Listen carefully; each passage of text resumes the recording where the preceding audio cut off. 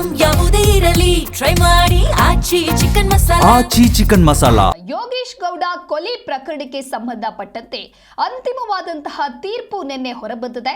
ಈ ಒಂದು ಪ್ರಕರಣಕ್ಕೆ ಸಂಬಂಧಪಟ್ಟಂತೆ ಕಾಂಗ್ರೆಸ್ ಶಾಸಕ ವಿನಯ್ ಕುಲಕರ್ಣಿ ಅಪರಾಧಿ ಅನ್ನೋದು ಕೂಡ ಸಾಬೀತಾಗಿದೆ. ಜನಪ್ರತಿನಿಧಿಗಳ ವಿಶೇಷ ಕೋರ್ಟ್ನಿಂದ ತೀರ್ಪು ಪ್ರಕಟವಾಗಿದೆ. ವಿನಯ್ ಕುಲಕರ್ಣಿ ಶಾಸಕ ಸ್ಥಾನಕ್ಕೂ ಈಗ ಕುತ್ತು ಎದುರಾಗಲಿದೆ. ಕೊಲೆ ಒಳಸಂಚಿನ ಅಪರಾಧಿ ಸಾಬೀತಿನಿಂದ ಈಗ ಸಂಕಷ್ಟ ಎದುರಾಗ್ತಾ ಇದೆ. ಶಾಸಕ ಸ್ಥಾನವನ್ನ ವಿನಯ್ ಕುಲಕರ್ಣಿ ಕಳೆದುಕೊಳ್ಳಲಿದ್ದಾರೆ. ಪರಪ್ಪನ ಅಗ್ರಹಾರ ಜೈಲು ಪಾಲಾಗಿದ್ದಾರೆ ಸದ್ಯ ವಿನಯ್ ಕುಲಕರ್ಣಿ ಮತ್ತು ಸಹಚರರು ಜೈಲಿಗೆ ಶಿಫ್ಟ್ ಆಗಿದ್ದಾರೆ. ರಾತ್ರಿ ಜೈಲಿನ ಕ್ವಾರಂಟೈನ್ ಸೆಲ್ಗೆ ವಿನಯ್ ಕುಲಕರ್ಣಿಯನ್ನ ಶಿಫ್ಟ್ ಮಾಡಲಾಗಿದೆ.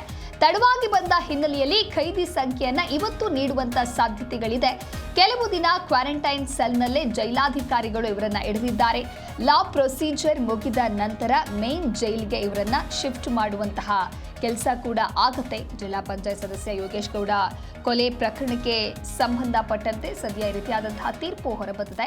ರಾಜ್ಯ ರಾಜಕಾರಣದಲ್ಲಿ ಬಹಳಷ್ಟು ಸಂಚಲನ ಮೂಡಿಸಿದ್ದ ಧಾರವಾಡ ಜಿಲ್ಲಾ ಪಂಚಾಯಿತಿ ಮಾಜಿ ಸದಸ್ಯ ಯೋಗೇಶ್ ಗೌಡ ಕೊಲೆ ಪ್ರಕರಣದಲ್ಲಿ ಮಾಜಿ ಸಚಿವ ಹಾಗೂ ಹಾಲಿ ಶಾಸಕ ವಿನಯ್ ಕುಲಕರ್ಣಿ ಹಾಗೆ ಪೊಲೀಸ್ ಇನ್ಸ್ಪೆಕ್ಟರ್ ಆಗಿದ್ದಂತ ಚನ್ನಕೇಶವ ಟೆಂಕರಿಕ ಸೇರಿದಂತೆ 17 ಆರೋಪಿಗಳನ್ನ ಜನಪ್ರತಿನಿಧಿಗಳ ವಿಶೇಷ ನ್ಯಾಯಾಲಯವು ದೋಷಿ ಅಂತ ಹೇಳಿ ಘೋಷಿಸಿ ಮಹತ್ವದ ತೀರ್ಪು ನೀಡಿದೆ.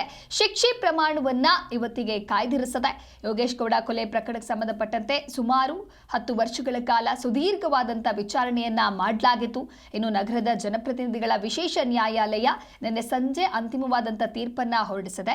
ಪ್ರಕರಣದ ವಿಚಾರಣೆಯನ್ನು ನಡೆಸಿದಂತ ನ್ಯಾಯಾಧೀಶರಾದ ಸಂತೋಷ್ ಗಜಾನನ್ ಭಟ್ ಅವರು 15ನೇ ಆರೋಪಿ ಶಾಸಕ ವಿನಯ್ ಕುಲಕರ್ಣಿ ಸೇರಿದಂತೆ ವಿಕ್ರಮ್ ಬಳ್ಳಾರಿ, ಕೀರ್ತಿ ಕುಮಾರ್, ಬಸವರಾಜ್ ಕುರಹಟ್ಟಿ, ಸಂದೀಪ್ ಸವದತ್ತಿ, ವಿನಾಯಕ ಕಟಗಿ, ಮಹಾಬಲೇಶ್ವರ್ ಹೊಂಗಲ್ ಅವರನ್ನ ತಪ್ಪಿತಸ್ಥರು ಅಂತ ಹೇಳಲಾಗಿದೆ. ಇನ್ನೊಂದು ಕಡೆ ತೀರ್ಪು ಪ್ರಕಟವಾಗ್ತಾ ಇದ್ದಂತೆ ಶಾಸಕ ಕುಸಿದು ಕಣ್ಣೀರಿಟ್ಟಿದ್ದಾರೆ. ಬಿಜೆಪಿಗ ಯೋಗೇಶ್ ಗೌಡ ಅವರನ್ನ 2016ರ ಜೂನ್ 15ರಂದು ಧಾರವಾಡದಲ್ಲಿ ಕೊಲೆ ಮಾಡಲಾಗಿರುತ್ತೆ. ತೀವ್ರ ರಾಜಕೀಯ ವೈಷಮ್ಯದಿಂದ ಯೋಗೇಶ್ ಕೊಲೆ ಆಗಿದೆ ಅನ್ನುವಂಥ ಬಲವಾದ ಆರೋಪಗಳು ಆ ಸಂದರ್ಭದಲ್ಲಿ ಕೇಳಿಬಂದಿರುತ್ತೆ. ಧಾರವಾಡ ಪೊಲೀಸರಿಂದ 6 ಮಂದಿ ವಿರುದ್ಧ ಸ್ಥಳೀಯ ಕೋರ್ಟ್ಗೆ ದೋಷಾರೋಪ ಪಟ್ಟಿಯೂ ಕೂಡ ಸಲ್ಲಿಕೆ ಆಗಿತ್ತು. 2019ರಲ್ಲಿ ಯೋಗೇಶ್ ಪ್ರಕರಣಕ್ಕೆ ತಿರುವು ಸಿಗತ್ತೆ. ಈ ಪ್ರಕರಣವನ್ನ ಸಿಬಿಐ ತನಿಖೆಗೆ ವಹಿಸಲಾಗಿತ್ತು. 2020ರ ನವೆಂಬರ್ 5ರಂದು ಸಿಬಿಐ ಅಧಿಕಾರಿಗಳಿಂದ ವಿನಯ್ ಕುಲಕರ್ಣಿ ಅವರ ಬಂಧನವಾಗಿರುತ್ತೆ. ವಿನಯ್ ಸೇರಿದಂತೆ 21 ಮಂದಿ ಆರೋಪಿಗಳ ವಿರುದ್ಧ ಚಾರ್ಜ್ ಶೀಟ್ ಸಲ್ಲಿಕೆಯಾಗುತ್ತೆ. ಏಪ್ರಿಲ್ 15ಕ್ಕೆ ಅಂದ್ರೆ ಮತ್ತೆ ನಿನ್ನೆ ಫೈನಲ್ ಆಗಿ ತೀರ್ಪು ಪ್ರಕಟವಾಗಿದೆ. ವಿನಯ್ ಕುಲಕರ್ಣಿ ಸೇರಿ ಎಲ್ಲಾ 17 ಆರೋಪಿಗಳನ್ನ ದೋಷಿ ಅಂತ ಹೇಳಿ ಕನ್ಸಿಡರ್ ಮಾಡಲಾಗಿದೆ. ಆರೋಪಿಗಳಾದ ವಾಸುದೇವ್, ಸೋಮಶೇಖರ್ ಕೇಸ್ನಿಂದ ಖುಲಾಸೆಯಾಗಿದೆ.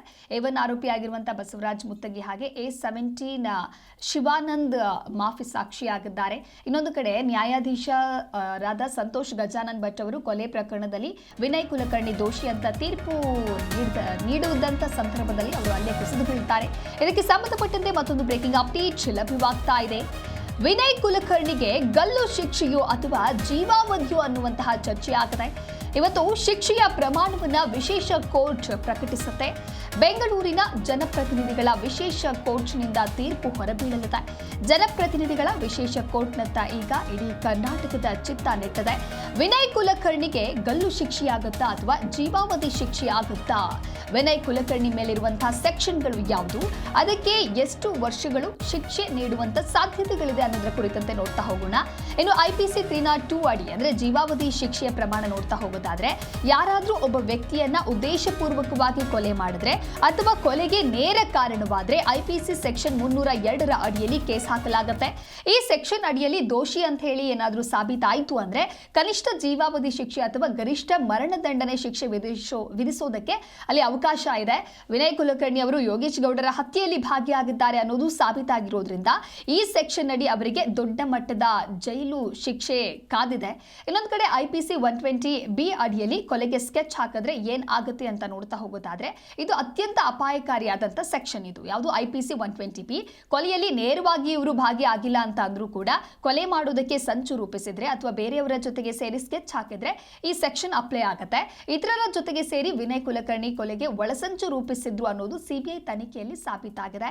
ಈ ಸೆಕ್ಷನ್ ಅಡಿಯಲ್ಲೂ ಕೊಲೆಗೆ ಸಮಾನವಾದ ಅಂದ್ರೆ ಜೀವಾವಧಿ ಶಿಕ್ಷೆಯನ್ನು ವಿಧಿಸೋದಕ್ಕೆ ಕಾನೂನಿನಲ್ಲಿ ಅವಕಾಶ ಇದೆ. ಇನ್ನು IPC 201 ಅಡಿ ಸಾಕ್ಷ್ಯ ನಾಶ ಅಂದ್ರೆ 7 ವರ್ಷ ಜೈಲು ಸಾಧ್ಯತೆ ಇರುತ್ತೆ. ಕೊಲೆ ಮಾಡಿದ ನಂತರ ನಂತರ ಅಥವಾ ಕೊಲೆಗೆ ಸಂಬಂಧಪಟ್ಟಂತೆ ಕುರುಹುಗಳನ್ನು ಅಳಿಸಿ ಹಾಕೋದಕ್ಕೆ ಪ್ರಯತ್ನವನ್ನ ಪಟ್ಟರೆ ಈ ಸೆಕ್ಷನ್ ಬೀಳುತ್ತೆ. ಯೋಗೇಶ್ ಗೌಡ ಕೊಲೆ ಕೇಸ್ನಲ್ಲಿ ಆರಂಭದಲ್ಲಿ ಬೇರೆಯವರನ್ನ ಪೊಲೀಸರಿಗೆ ಶರಣಾಗುವಂತೆ ಮಾಡಿದ್ದು, ಹಾಗೆ ನಿಜವಾದ ಆರೋಪಿಗಳನ್ನ ಬಚ್ಚಿಟ್ಟಿದ್ದು ಸಾಕ್ಷ್ಯ ನಾಶದ ವ್ಯಾಪ್ತಿಗೆ ಬರುತ್ತೆ. ಈ ಸೆಕ್ಷನ್ ಅಡಿಯಲ್ಲಿ ದೋಷಿಯಾದವರಿಗೆ 7 ವರ್ಷಗಳವರೆಗೆ ಕಠಿಣ ಜೈಲು ಶಿಕ್ಷೆ ಮತ್ತು ದಂಡ ವಿಧಿಸಬಹುದು. ಇನ್ನು IPC 148 and 149 ಮಾರಕಾಸ್ತ್ರ ಹಿಡಿದು ಗಲಾಭೆ, ಅಂದ್ರೆ ಇದು ಅಪಾಯಕಾರಿ ಮಾರಕಾಸ್ತ್ರಗಳನ್ನ ಹಿಡಿದುಕೊಂಡು ಕಾನೂನು ಬಾಹಿರವಾಗಿ ಗ್ರೂಪ್ ಸೇರುವಂತದ್ದು ಅಥವಾ ಗಲಭೆ ಎಬ್ಬಿಸೋದು IPC 148 ಅಡಿಯಲ್ಲಿ ಬರುತ್ತೆ. ಇನ್ನು 149 ಸೆಕ್ಷನ್ ಪ್ರಕಾರ ಒಂದು ಗುಂಪಿನ ಎಲ್ಲಾ ಸದಸ್ಯರಿಗೂ ಆ ಗುಂಪು ಮಾಡಿದ ಅಪರಾಧಕ್ಕೆ ಸಮಾನವಾದಂತಹ ಹೊಣೆಗಾರಿಕೆ ಇರುತ್ತೆ. ಈ ಸೆಕ್ಷನ್ಗಳ ಅಡಿಯಲ್ಲಿ 3 ವರ್ಷಗಳವರೆಗೆ ಜೈಲು ಶಿಕ್ಷೆ ಮತ್ತು ದಂಡ ವಿಧಿಸಲಾಗುತ್ತೆ.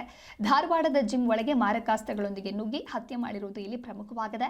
ಭಾರತದ ಕಾನೂನಿನ ಪ್ರಕಾರ ಯಾವುದೇ ಒಬ್ಬ ಜನಪ್ರತಿನಿಧಿಗೆ ಅಥವಾ MP ಅಥವಾ MLC ಕ್ರಿಮಿನಲ್ ಪ್ರಕರಣದಲ್ಲಿ ಭಾಗಿಯಾದ್ರೆ 2 ವರ್ಷ ಅಥವಾ ಅದಕ್ಕಿಂತ ಹೆಚ್ಚಿನ ಕಾಲ ಅವರಿಗೆ ಏನಾದರೂ ಜೈಲು ಶಿಕ್ಷೆ ಫಿಕ್ಸ್ ಆಯಿತು ಅಂತ ಹೇಳಿದ್ರೆ ತಕ್ಷಣವೇ ತಮ್ಮ ಸದಸ್ಯತ್ವವನ್ನ ಕಳೆದುಕೊಳ್ತಾರೆ. ವಿನಯ್ ಕುಲಕರ್ಣಿ ಅವರಿಗೆ ಈಗ IPC 302 and 120B ಅಡಿಯಲ್ಲಿ ಜೀವಾವಧಿ ಶಿಕ್ಷೆ ಆಗುವಂತಹ ಎಲ್ಲ ಸಾಧ್ಯತೆಗಳು ಕೂಡ ಇರೋದ್ರಿಂದ ತೀರ್ಪು ಹೊರಬಂದ ತಕ್ಷಣ ಅವರ ಶಾಸಕ ಸ್ಥಾನ ಅನರ್ಹಗೊಳ್ಳುವುದು ಬಹುತೇಕ ಖಚಿತವಾಗಿದೆ. ಹಾಗಾಗಿ ಶಿಕ್ಷೆಯ ಪ್ರಮಾಣ ಇವತ್ತು ಪ್ರಕಟವಾಗುತ್ತೆ. ಏನಾಗಲಿದೆ ಅನ್ನೋದನ್ನ ಕಾದು ನೋಡಬೇಕಾಗಿದೆ.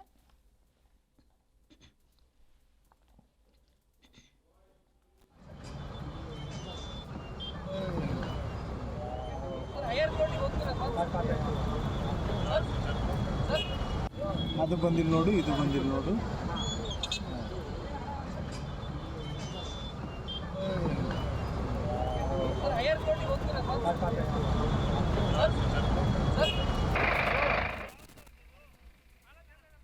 ಯೋಗೇಶ್ ಗೌಡ ಹತ್ಯೆ ಪ್ರಕರಣಕ್ಕೆ ಸಂಬಂಧಪಟ್ಟಂತೆ ಅಂತಿಮವಾದಂತಹ ತೀರ್ಪು ಹೊರಬಂದಿದೆ.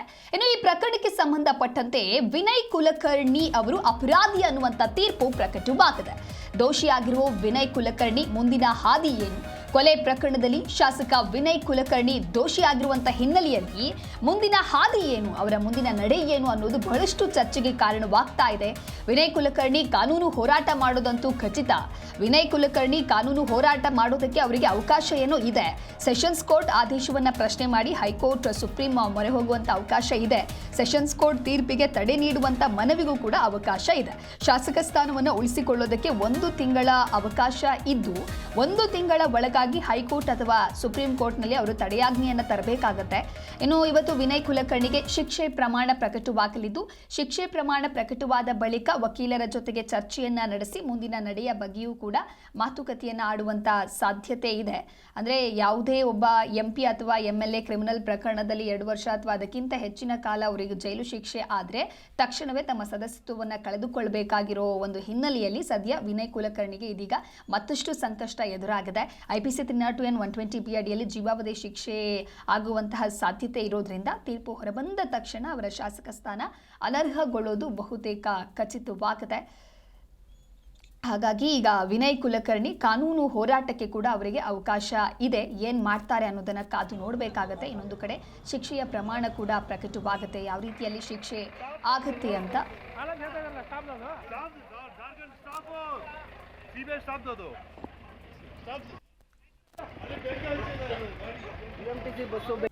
ಅದು ಬಂದಿಲ್ಲ ನೋಡು, ಇದು ಬಂದಿಲ್ಲ ನೋಡು.